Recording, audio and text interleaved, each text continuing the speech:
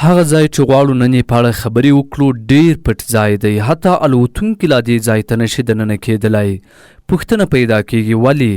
آیا دلته د انسانانو په لاس نیول شوي فضایي موجودات ساتلي؟ آیا له دې ځای څخه د ځمکې اوبو او هوا کنټرولوي؟ ویل کېږي هغه عملیات چې دلته ترسره کېږي تورې کړنې ورته وایي. له تورو څخه موخه دا ده چې ډېر پټ دي. نن راځئ د دې ساحې په شاوخوا راوګرځو او په اړه یې وپوهیږو، نه په فزیکي ډول، ځکه نه غواړو چې ښکېل شو. په اصل کې ولې دې ساحې ته ایریا 51 یا 51 ساحه ویل کېږي؟ د ویتنام له جګړې را په دې خوا یې دا ساحه د 51 ساحې په نامه ونوموله. ولې هیڅوک هم نه پوهیږي. او جالبه دا ده چې CIA دې ساحې ته 51 نه بلکې کورنۍ هوایي ډګر وایي. ډیر خلک فکر کوي چې دا ساحه د پټو نظامي عملیاتو لپاره کاریږي، دومره پټ چې نه غواړي خلک او حتی نږدې کسان لا پرې خبر شي. له هر لوري که وغواړي چې دې ساحې ته دننه شي، د خطر او نه دننه کېدلو په خبرداریو به مو سترګې ولګېږي. د لوحو په لاندنیو برخو یې لیکلي که مخ ته راشي د مرګ له ګواښ سره به مخ شي، کیدای شي ووژل شي. ځینې سربداله خلک د دې خبرداري په کیسه کې نه دي شوي او پیاده دې ساحې ته دننه شوي دي. شاوخوا ته څارګرې کمرې یې څاري، که پوه شي چې وسله نه لري جریمه کوي او ورته ویل کېږي که لږ هم مخ ته ولاړ شي برخلیک به دې زندان وي. راځو په دې خبرې کوو چې ایریا 51 یا 51 ساحه چیرته موقعیت لري، ولې دومره مهمه ده؟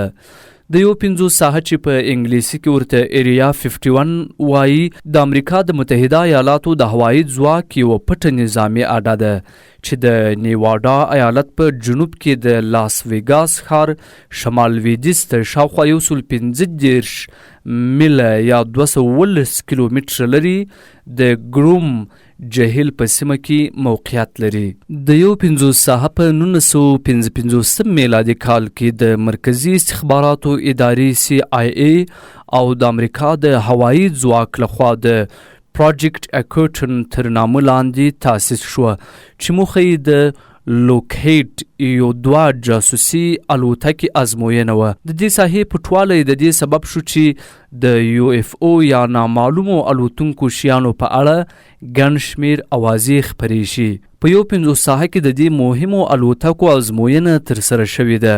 جاسوسي الوتکه په 1950 کلونو کې یو 2 د لوړ ارتفاع لرونکي جاسوسي الوتکه، د لوړ سرعت لرونکي A12 اوکسکارت جاسوسي الوتکه، د لوړ سرعت او لوړ ارتفاع لرونکي الوتکه SR-71 بلیک برډ، د لومړي ځل لپاره F-117 نایټ هاک جنگي الوتکه، د پټو الوتکو د ټکنالوژي ټیسټ بلو ازموینه، ډیزاین او پټو الوتکو برډ آف پیر. همدا ازموینې په 51 ساحه کې ترسره شوې دي. د 51 ساحه اوس هم د امریکا د هوایي ځواک لخوا د پټو نظامي پروژو لپاره کارول کېږي چې پکې د نوو الوتکو، وسلو او ټکنالوژیو ازموینې شامل دي. د دې ساحې پټوالی او امنیتي تدابیر د دې سبب شوي چې د UFO او بهرنیانو په اړه ګڼ شمېر اوازې او نظریې رامنځته شي.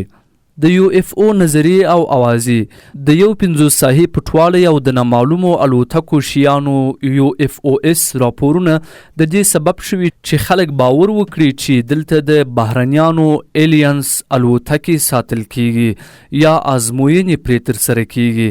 په 2013 میلادي کال کې CIA د یو 2 پروژې اسناد افشا کړل چې پکې څرګنده شوي وه چې د یو 2 الوتکې ازموینې د UFO راپورونو سبب شوي وي. په 2019 میلادي کال کې د سټورم ایریا 51 د کانټ سټاپ آل آف از تر نامه لاندې وشوله چې هدف یې د 51 ساحې ته د خلکو ورتګ او د پټو معلوماتو افشا کول و. دا پیښه یوه ټوکه وه، خو شاوخوا 3.5 میلیونه خلکو پکې ګډون وکړ او شاوخوا 10,000 کسان د نیواډا ایالت ته ولاړل. پیښه سوله ییزه پای ته ورسېده، خو د حکومت لخوا شاوخوا 11 میلیونه ډالر د امنیتي تدابیرو لپاره مصرف شول. په 2015 میلادي کال کې د ګوټیک فایر په نوم یوه لویه اورلګېدنه د یو 50 ساحې ته نږدې رامنځته شوه. دا ورلګېدنه د UFO نظریو ته بیا تازه هوا ورکړه، خو چارواکو ویلي وو چې دا ورلګېدنه د طبیعي عواملو لکه برېښنا او لوړ حرارت له امله رامنځته شوې ده.